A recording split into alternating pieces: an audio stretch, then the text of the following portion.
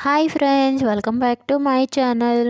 ఎంతో టేస్టీగా ఉండే ఎగ్ ఫ్రై ఎలా తయారు చేసుకోవాలో ఈ వీడియోలో చూద్దాం రండి.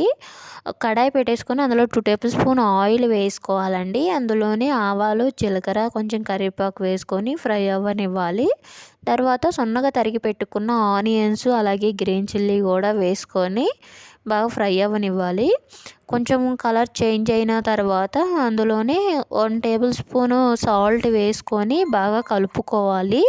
సాల్ట్ వేస్తే ఏంటంటే తొందరగా ఫ్రై అవుతాయండి ఆనియన్స్ అనేది. తర్వాత కొంచెం పసుపు కూడా వేసుకొని పచ్చివాసన పోయేంత వరకు బాగా ఫ్రై చేసుకోవాలి. తర్వాత 1 టేబుల్ స్పూన్ కారం వేసుకొని బాగా మిక్స్ చేసుకుంటూ ఆ పచ్చివాసన పోయేంత వరకు బాగా ఫ్రై చేసుకోవాలి. ఫ్రై అయిన ఆనియన్స్లోనే కొట్టి పెట్టుకున్న ఎగ్స్ అనేది వేసుకోవాలి. వేసుకున్నాక ఎమ్మటే కలుపుకోవద్దండి. కలపకుండా జస్ట్ లో ఫ్లేమ్లో పెట్టేసుకొని మూత పెట్టేసి ఒక 2-3 మినిట్స్ వరకు అలా వదిలేద్దాము. తర్వాత మూత ఓపెన్ చేసి ఒకసారి అనేది కలుపుకుందామండి. అదంతా మిక్స్ చేసుకోవాలి.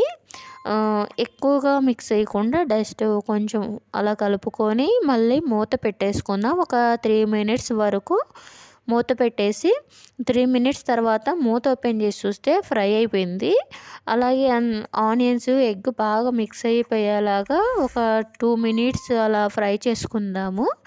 బాగా మిక్స్ అయిపోయేలాగా ఫ్రై అయిన ఎగ్గులోనే సన్నగా తరిగి పెట్టుకున్న కొత్తిమీర కూడా వేసుకొని ఒక 2 మినిట్స్ అనేది బాగా ఫ్రై చేసుకుందామండి.